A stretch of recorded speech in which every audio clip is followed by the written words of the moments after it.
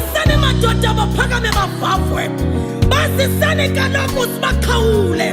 Nibembese ingubo nibaqoye umthika nibanike ithoba. Mandixhabase ndixhamle kweli thuba ndikhuphe imbilini kuba kaloku olungakhalileyo lufele embelekweni.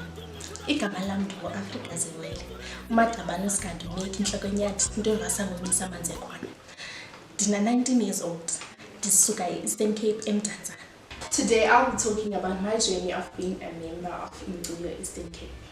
Inkciyo Eastern Cape is an initiative that grooms young boys and girls that are still virgins. This organization isn't only about virginity testing. There are also cultural, educational, health and skills development programs that are to equip young boys and girls in the Eastern Cape. In 2018, that was the year I got a lot of pressure. I got pressure where I couldn't even fight it. But I fought to an extent where I lost a lot of friends. I didn't have any friends because people started being jealous. That was the year I think that was the year I fell into depression because things were slowly crumbling down. My society wasn't accepting of the organization. They weren't pleased with the organizations to a point where some parents were also they were I don't want to say they were jealous of me, but they were jealous because I was in that age and I was still a virgin. I was still put together. Not saying that their kids were not put together, but they were jealous because their kids were not a part of Inkciyo. They were not part of this organization. It felt as if their kids were a disgrace or something, but they don't understand the society that we live in nowadays. It's very hard to stay a virgin. It's very hard. I won't lie. It's a very hard thing. I started to get bullied because at school I was really bullied. Some kids said that I was a virgin because I was ugly. I always laugh at that anyway. I did not laugh at first because I knew, okay. But they started to say the reason why I joined Inkciyo was because I'm ugly and no guy wanted to sleep with me, but that was not it. And the other thing that made me still be a member of Inkciyo was because there's a high rate of teenage pregnancy in our country. We can never run away from that. There is a high rate of spread of diseases, HIV, sexually transmitted diseases. I was at some point running away from that, but as I grew up, I just saw that it's not like running away from that, but I wanted to set a good example to my brothers and sisters that come after me, that it's okay to be a virgin, it's okay to be different from your peers, but that doesn't make you any different from them. Yeah, you are different, but you still have to be there with them. You still have to be with them. You still have to go out with them. It's fine, but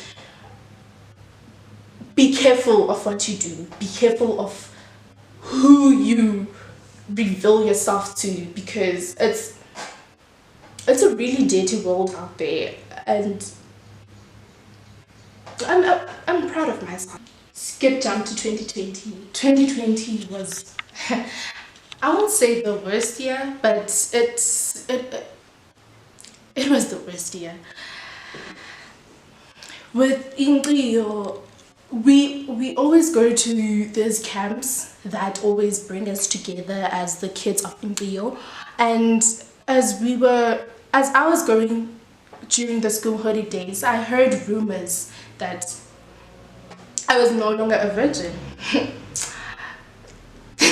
That was funny, and I didn't feel the need to explain myself, but when it came down to my mother, I had to explain myself. And that really hurt me, because why would you believe rumors? And she believed that I was no longer a virgin. She beated me up, didn't want to hear my side of the story. And I'm not a person, I am a rebellious child, but when it comes to things that have me to be explaining myself, as much as I know myself, I do not like explaining myself. If you are to believe what you hear, that is really fine by me. But when it came to my mother, it was really hurtful. Yeah, it was really hurtful, because she did beat me. She did beat me. I had to go for a virginity testing. I was still a virgin, and her not believing me and believing rumors what made me want to commit suicide. That was the worst thing that could ever happen to anyone.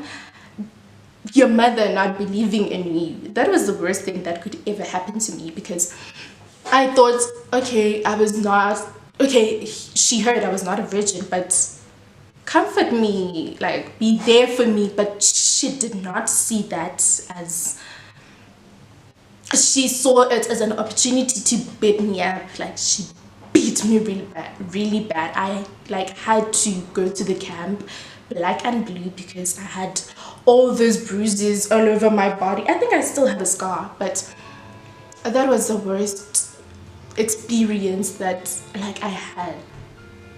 2020 was, my life was a pandemic, as much as we were living in a pandemic, but my life was a pandemic. I started jogging. Jogging was a way for me to express my feelings. I felt really stress-free whenever I went to jog. There's this day that I think it was not in the afternoon, but yeah, it was late, around 6. I started jogging, and I was coming back from school, so I started jogging. And I was jogging, and I was jogging. There was this car following me. There are cars, because this is a road, so I was like, okay, fine, I'm being paranoid. But a guy came up to me and stopped me. Like, I remember stopping, and he took, it was by surprise. You know when they say you may be in the darkest places, in the most scariest places, but when God comes, he comes and he gives you strength. I felt that, because I prayed. I don't know where I got the power, but I think they were a bunch of amateurs, because they did not know what they were doing. I don't know where I got the power. I fought them. I fought for my life. I started running, and as I was running, I was praying, and as I was praying, I was thinking of my mother, because I knew that she wasn't going to believe anything. July 23, 2021, when it almost happened, I was home alone. This boy from next door came in, and I don't remember really what he was there to ask for, but he was there, and he started asking me questions, and he asked me if, in those questions, he asked me if I was still part of the organization. And to me, that was weird, but I smiled at him, and I did say yes. And as we were talking, I could see through his eyes, that he wants something. And as I could see that he was craving for me, it just went to a point where I was too late to run, because he was on top of me, and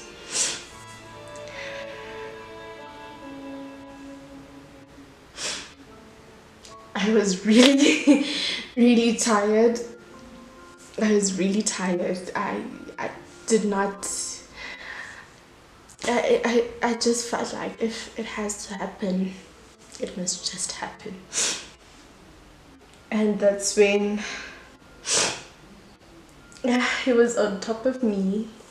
In my mind, I was thinking, okay, is this what I have to do so that society accepts me? But then